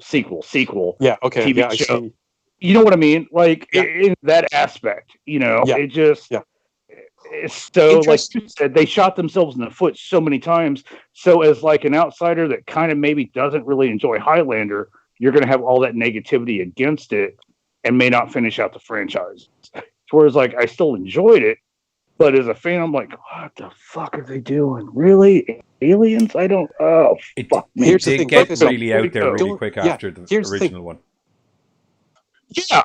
Right. That's why, quite frankly, don't fucking bother with the other goddamn films. Watch the TV show. There was no other fucking films. Some people don't have that ability you have to just rule movies out of canon, to be like, okay, that never happened, and the TV show happened instead. But you kind of have to, like, as No, but like, okay, as a Highlander fan, did you not like the third one of Mario Van Peebles? I dug the character, the interaction. Hang on. You're right. It is a step up, but then again, it wouldn't have been fracking hard. I'm sorry, Michael Ironside. You're awesome. You were a great voice of fucking Ultra Magnus and Transformers Prime, and you were fucking brilliant in V and everything else you're in, except that. Whoa. It is the only film. Yeah. Fucking Michael Ironside. No. I'm talking about the third one. And I'm on about the second one still. And okay. Thank you. Despite the fact that Ironside is in it. But you're right. Okay. The one with Van Peebles in it is kind of a return form and does attempt to address some stuff that they left open-ended, like the fact that, well, there's a bunch of other Immortals going around, and can you really have a prize? Right. Unfortunately, once again, Jesus, Buzz, that's just bizarre when I see you doing that. Well, we haven't had none of it's about a chance to say anything.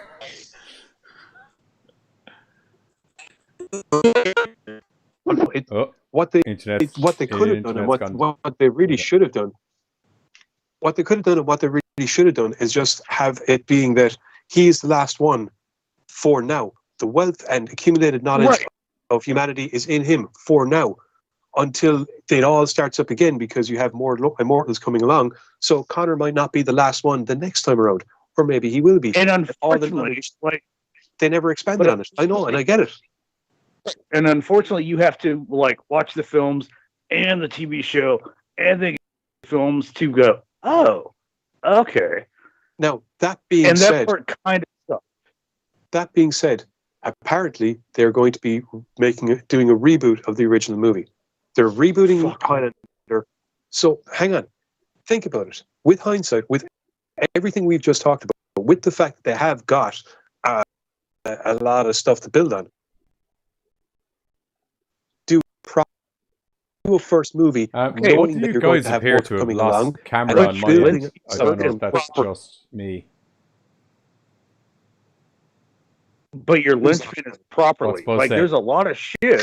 Why are you making hand signals? Proper. I thought you were saying we're still live. I'm just saying, have the two lads disappeared on you as well? Yeah, my end they have disappeared. But I can't arguing about the film, which is fine. But unfortunately, that's the problem. Properly, there's a lot of shit I should properly put away this. I should properly do that. But then you get that motherfucker that's going to be like, oh, this seems proper to me.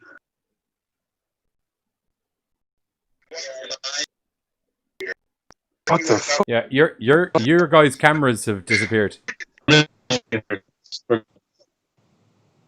Yeah, I can hear you.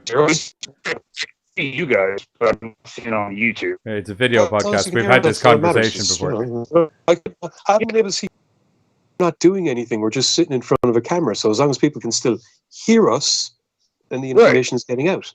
I haven't been able to see characters since this show started. Yeah, that's because you're... never mind. Well, I hope, like you're saying, like we've had, what is it now? 5 films and 2 TV shows to sit down and go, if we're going to do it right, here's where we fucked up. And I hope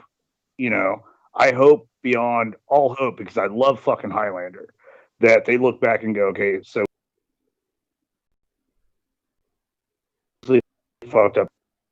Maybe here and definitely people stepping up to remakes and all that and sequels where they're like, don't worry, bro, I got this, and completely fucking up worse. I know it's terrible to say because Clancy Brown was just so fucking awesome, but I kind of hope they. Yeah, I was going to say, Clancy Brown. Who do you get to be a new Kurgan? Right. That being said, there are a couple of options. None of them are springing to my head right now, but there are a couple of guys that I've seen, primarily wrestlers, I admit, where you kind of go, he'd make a fantastic Kurgan. And mainly, it's just... Dude, there's 5 million wrestlers, like Kane, or sorry, not Kane, but, Kane. Kane would make a perfect Kurgan. Anyone would make a perfect Kurgan. No, I'm just deciding to talk now, seeing as we're the only ones on camera. As much as I did Kane, if you've seen him, what was that? See No Evil. No, not that one. Dolph Lundgren. Dolph Lundgren. Thank you. Fuck. Okay, maybe I have drank too much. It was the pickup from Randy Orton's 3 rounds, I think. Oh, but Kane was his partner. That's not. I did not like that 3 rounds movie at all. Okay. Either way, Kane was not a great actor when it came to speaking lines. In the get bodies around and not really say shit. In See No Evil, he was good. Kane wouldn't be right for the role anyway. He's too big, and by that I mean broad. Kane wouldn't be the Kurgan was the ultimate warrior. Punishment Martinez. He was huge, but he wasn't. Well, yeah, but I mean, he was like the big. McIntyre. Well, McIntyre would be good as it. Because McIntyre look. Yeah, but you can't make McIntyre look. Yeah, McIntyre's too good looking. Okay, I don't know. Once you throw a few scars on him, though, you could still balance that out. And the whole point of the Kurgan is just say Jinder Mahal, who is a He did, Jen. Yeah. He has the right shape. Wrong He has the ethnicity, right first shape of all, head. because Kurgan is Russian.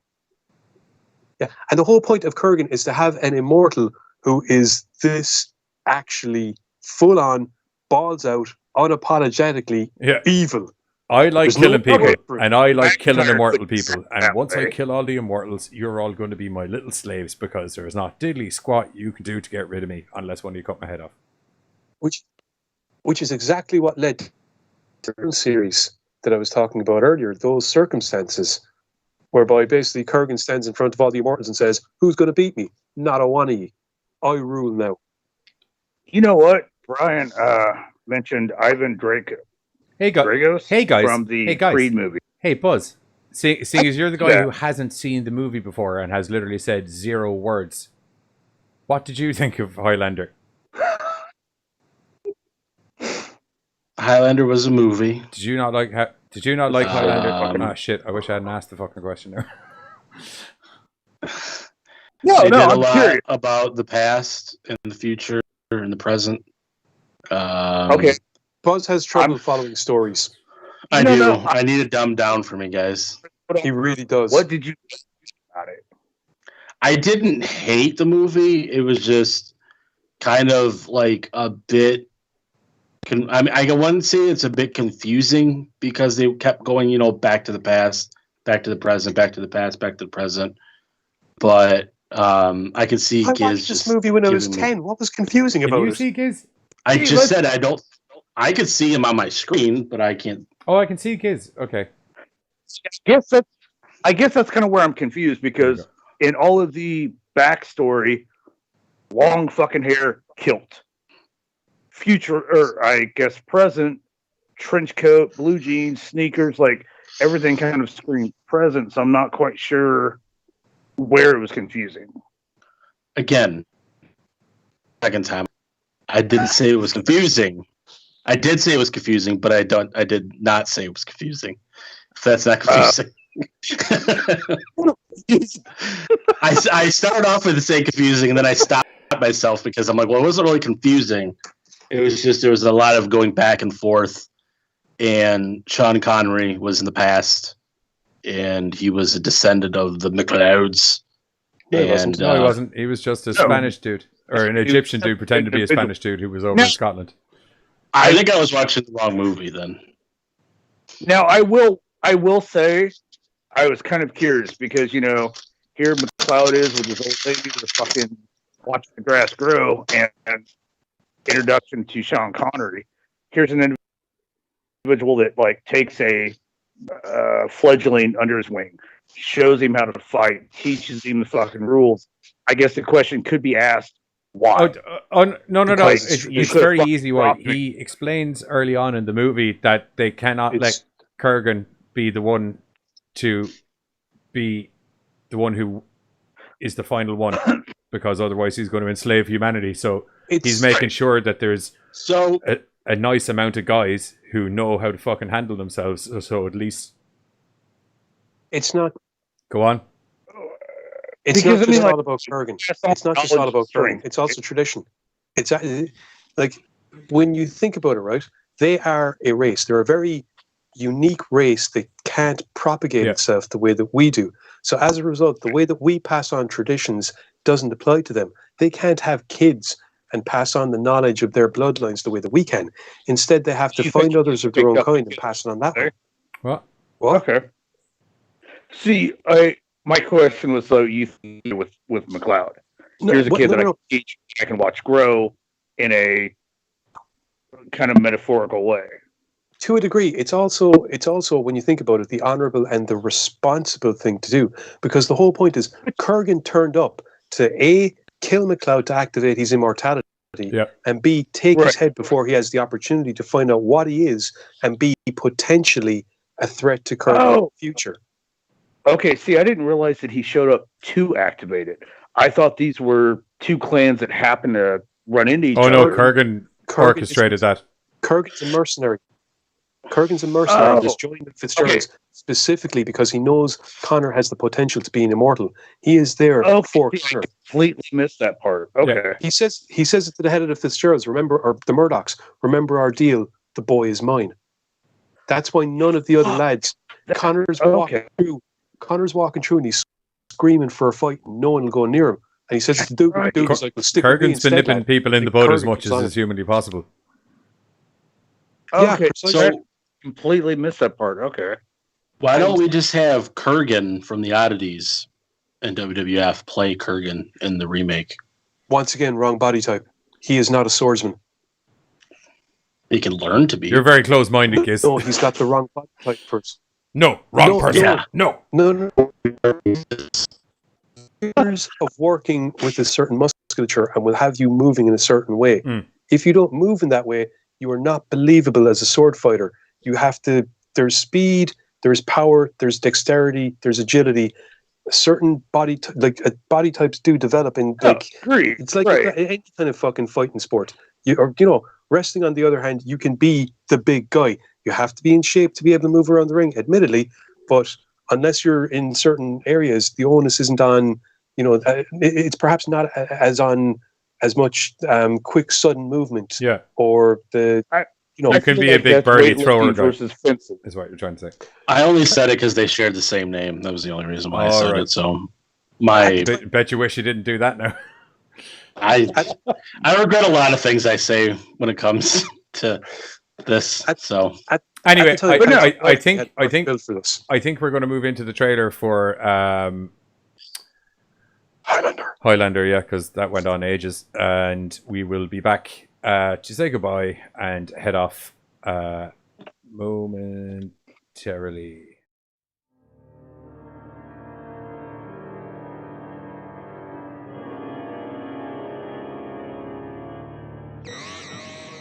Zardoz speaks to you. His chosen.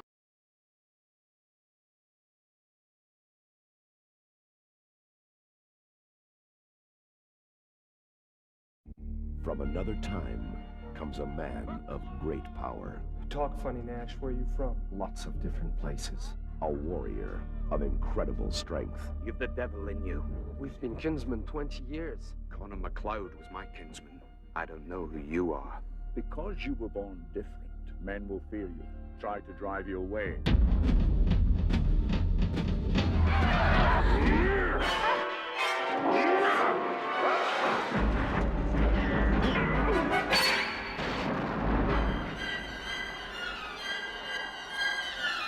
A man uncertain of his future. What you got here, Brenda, is a guy who's been creeping around since at least 1700.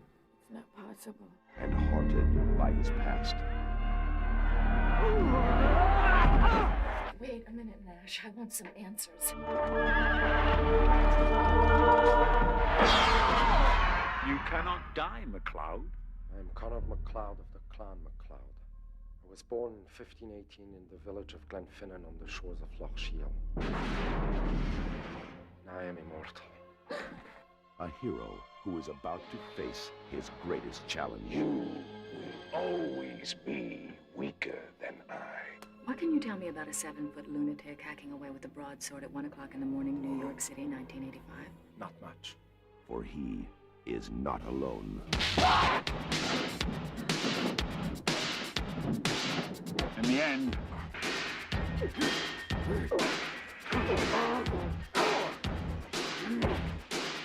there can be only one.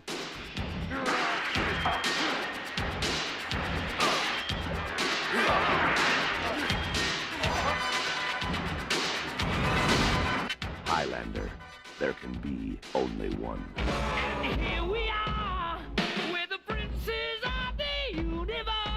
Here we belong, fighting for survival. We've come to be the rulers of the world.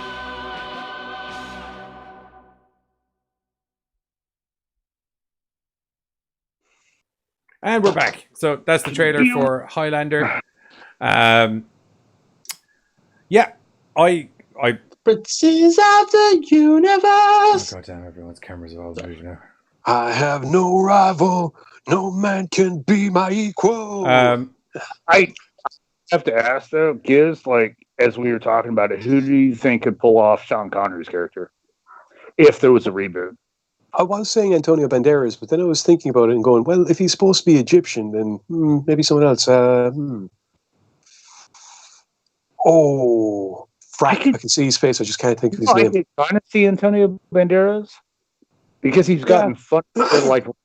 I think out of pride and respect to Sean Connery, you should get a Scotsman back in.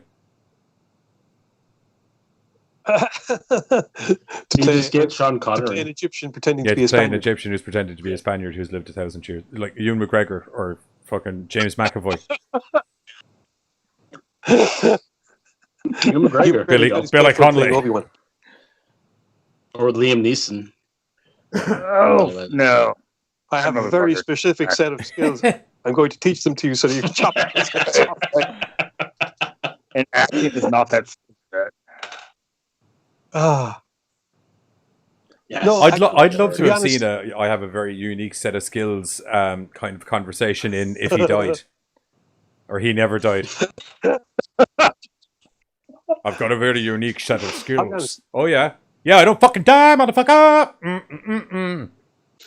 Try shooting me now. I'll be honest. If they pay attention to the mistakes that were made in previous movies, and if they kind of give more thought to the mythology that's already been developed, then we could get a really good, if not a lot of really good rebooted Highlander movies.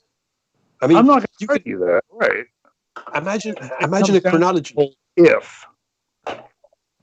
Imagine a chronology done that tracked him from the Scottish Highlands up to modern times, having various different encounters with other Immortals, until finally we get to the time of the gathering, and you could have Kurgan popping up in the films, rumors of him, or even see him going up against other characters, other Immortals that maybe Connor ran into, characters that you might, kind of like, guys that were on Connor's side, and Kurgan goes up against them, slaughtering them, building him up until finally, in the last movie, you have the time of the gathering, you have the climactic battle between Connor MacLeod and the Kurgan for the prize, and even explain it that it's a temporary prize, that the next generation will see more Immortals rise up, and possibly one of them could win the next time.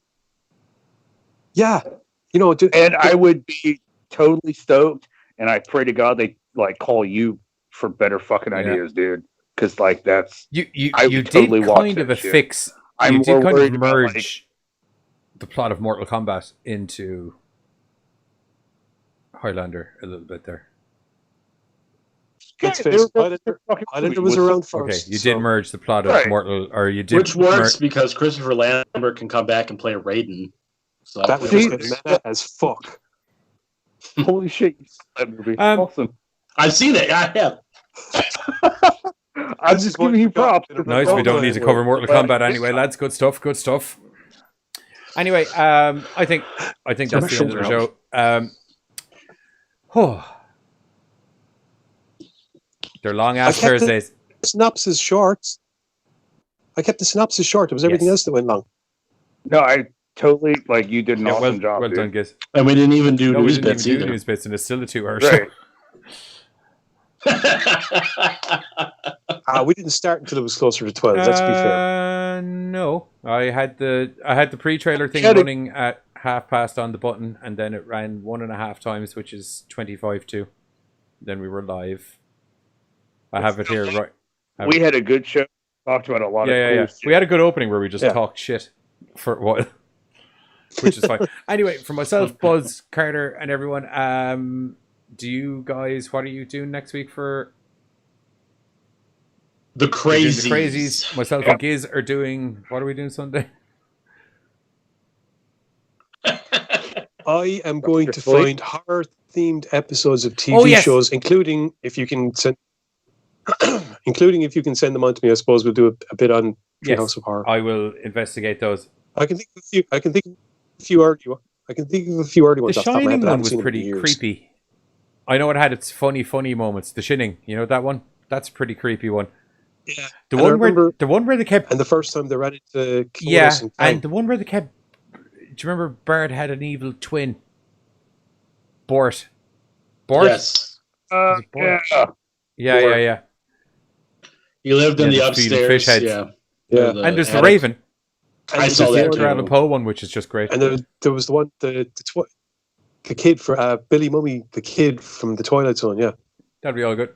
So that's also lined up, but also on Sunday night, as is customary over on American Horrors, 8:30 p.m. CST, whatever that equates to is GMT, which is about 2:30 a.m. Just for anyone who doesn't know, it's in the GMT thing. Myself and Giz will be back. Speaking of The Shining, where we're going to be talking all about Doctor Sleep and The Shining, and how one movie is awesome and then the other movie is also awesome, but people didn't seem to like it because it's essentially a horror movie of the X-Men, which we're never going to get because we've been waiting for fucking New Mutants for fuck knows how long now. So Doctor Sleep will have to do.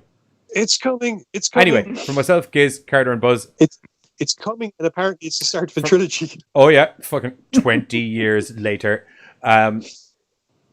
For myself, Giz, Carter, and Buzz, we'll catch you all next week. We're going to be talking about some other sort of mad horror bollocks. We're going to leave you with a Shining trailer / mini short film because it turned out longer than I initially intended anyway. Still like pissed off about that whole accident last week. Look, I am, yeah. I'm sorry, okay? It was a simple mistake, all right? A simple mistake. A simple mistake. Yeah. 4 days on a frickin' island getting chased by a guy in a purple fucking leotard is not a simple mistake. Or fun. Did you know it was originally supposed to be a red leotard? I don't care if it was originally supposed to be red. It's red now, and that's all that matters. Yeah, by the end of it, you made a pretty good job. Yeah, you can. Okay, look, I swear, right? This time, I'll make it up to you, okay? I got another idea for a vacation spot. Don't worry, I have a whole new way of doing the spell. It won't fuck up this time. I promise. It'll be good, okay? Trust me. I feel you're talking bollocks. It'll be fine. Okay, so. I don't like this. Stop it. Power of the Abyss. Stop it. Where for you, Stop the it. light of the sun is pining. Stop it. Open a portal. Stop where it. for us, Stop it is the Shining. Stop it.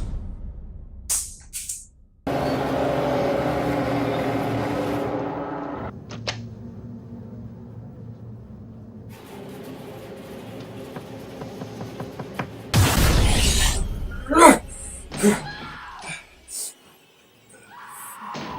the fuck are we doing in the hotel bathroom?